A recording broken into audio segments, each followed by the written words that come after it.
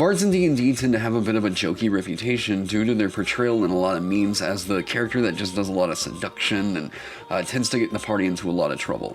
However, the bard that I really, really love in fantasy is this historian, this lore keeper and preserver of legends and writer of these incredible epic songs.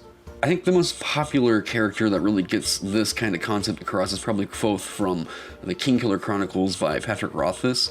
I, in general, think that this is just a great example of how you can make a bard into a really compelling character. There's also Scanlan Shorthole over on Critical Role, who, while Sam does play him up to be that kind of a jokey bard, he does do these moments of roleplay where he's trying to build up the reputation of the group, and really does hit that note I think that most people are thinking whenever they're thinking this bard college of lore. This particular subclass does all the bard things the most bard way possible. It's hyper versatile in getting additional magical secrets.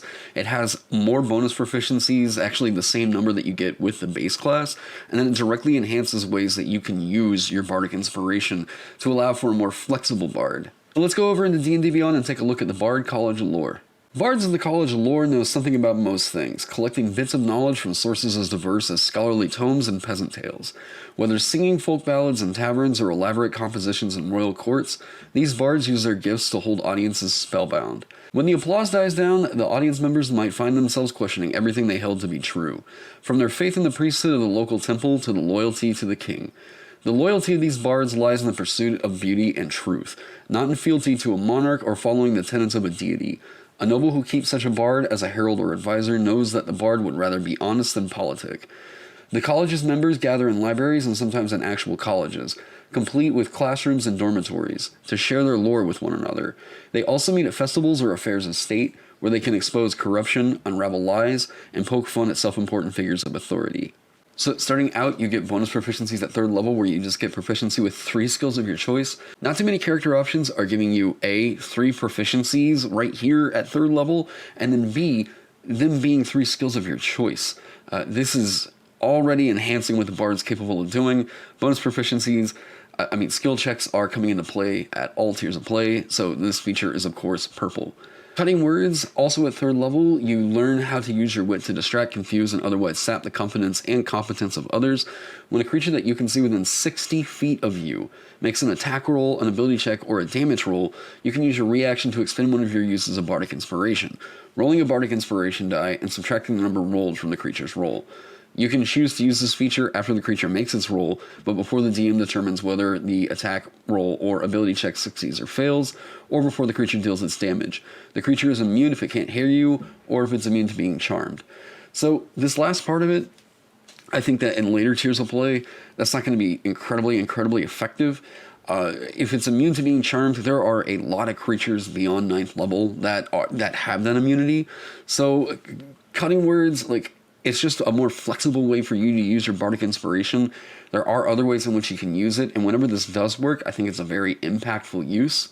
We are talking about a scaling die that goes from a d6 all the way up to a d12 that you can subtract from an attack roll, ability check, or damage roll. I think the most impactful of these is probably going to be the attack roll, just because if you can prevent that attack from hitting, it's not even really going to matter how much damage it deals. If the certain ability checks that they're going to make, the ones that you're going to do these against other creatures could be if you're in town doing roleplay moments, this could be to subtract from an insight check, could be to subtract from a perception check. There are ways that you can use this outside of combat that can make it really more effective. And then subtracting from the damage rolls, I think that is... subtracting from the damage rolls is a little bit odd. It's a bit of a cushion that you can provide to somebody, but I don't think that that's going to be as strong as the other two. Subtracting 12 damage at later levels, it's nice, but I don't think that's necessarily as good as being able to subtract from the core damage roll. So yeah, cutting words, especially at the first 2, possibly 3 tiers of play, I think that this is a really fantastic feature. Additional magical secrets is really where the lore bard starts to shine. Typically, bard only gets magical secrets at 10th, 14th, and 18th levels. Here, the lore bard is getting it at 6th. So at later levels, you're not having to sacrifice what's a really powerful feature to go and get some what could be perceived as weaker spells from other spell lists. Here you're able to get 2 spells of your choice from any class. A spell you choose must be of a level that you can cast as shown as on the Bard table, or a cantrip. The chosen spells count as Bard spells for you, but don't count against the number of spells you know. The one that I really suggest that you always pick up with this is Counterspell. Counterspell has a really interesting synergy with Bard on top of already being a really impactful spell, because Bard has this feature up here. Yeah, so Bard's got this feature here called Jack of all trades. And the way that Counterspell works is that you have to make an ability check as a part of that spell if the spell cast is of the level of Counterspell that you cast or higher. And with that ability check, that is something that you can add this Jack of all trades bonus to, because it doesn't already include your proficiency bonus. So Counterspell just gets to be more powerful because it's on Bard. And it's one of those spells that I look at and I'm like, I don't really know why this isn't on the Bard spell list, but I think that Wizards of the Coast knew that, like, with Jack of all trades, giving them access to Counterspell without it requiring a feature investment might actually be a little too good. It is worth noting that there are some other quality spell picks in here. We're talking Fly, Revivify. Like, because Bard doesn't have access to Revivify outside of additional magical secrets, you being able to pick this up at 6th level really helps out with what the cleric might be trying to do, especially if your party doesn't have a healer. If they're relying on you for healing, I would say that additional magical secrets should always be used to at least get Revivify. And then if you don't have a wizard, or you're just really trying to deal a lot more damage, this can be used to go pick up Fireball, so keep that in mind as well. Fearless Skill, starting at 14th level, whenever you make an ability check, you can expend 1 use of Bardic Inspiration. Roll a Bardic Inspiration die and add the number rolled to your ability check. You can choose to do so after you roll a die for the ability check, but before the DM tells you whether you succeed or fail. This is really helping you make those clutch ability checks happen. Like, if there's something that you know that this is going to be majorly impactful to the story, as long as I succeed on this, this is a D10 right now at this level. Next level becomes a D12 that you can throw on top of an ability check. You don't have a ton of uses of Bardic Inspiration, and it is tied into a long rest, so this is the kind of thing that I would save, and then whenever it does happen, it is incredibly impactful.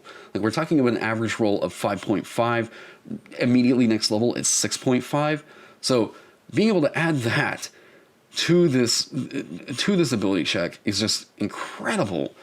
And I actually wanted to make mention real quick, there was a Redditor that went through and compiled all of the different spells that Bard can pick up through magical secrets that aren't available in the Bard class. So I'm going to leave this spreadsheet actually down in the description below. You guys can go check this out for yourself. Looking through it, though, I would think that, you know, looking at, like, Eldritch Blast is a good cantrip to pick up if you're going to take any of these. I can't suggest anything else other than Eldritch Blast, quite honestly. Amongst all the other cantrips, nothing is going to be as strong as Eldritch Blast. Looking up here at 1st level, you can look, Hex. Hex is crazy awesome. Guiding Bolt is another really strong pickup. I still don't think I would pick up either of those two over Counterspell. 2nd level means that you can pick up Misty Step, you can pick up Moonbeam or Spiritual Weapon.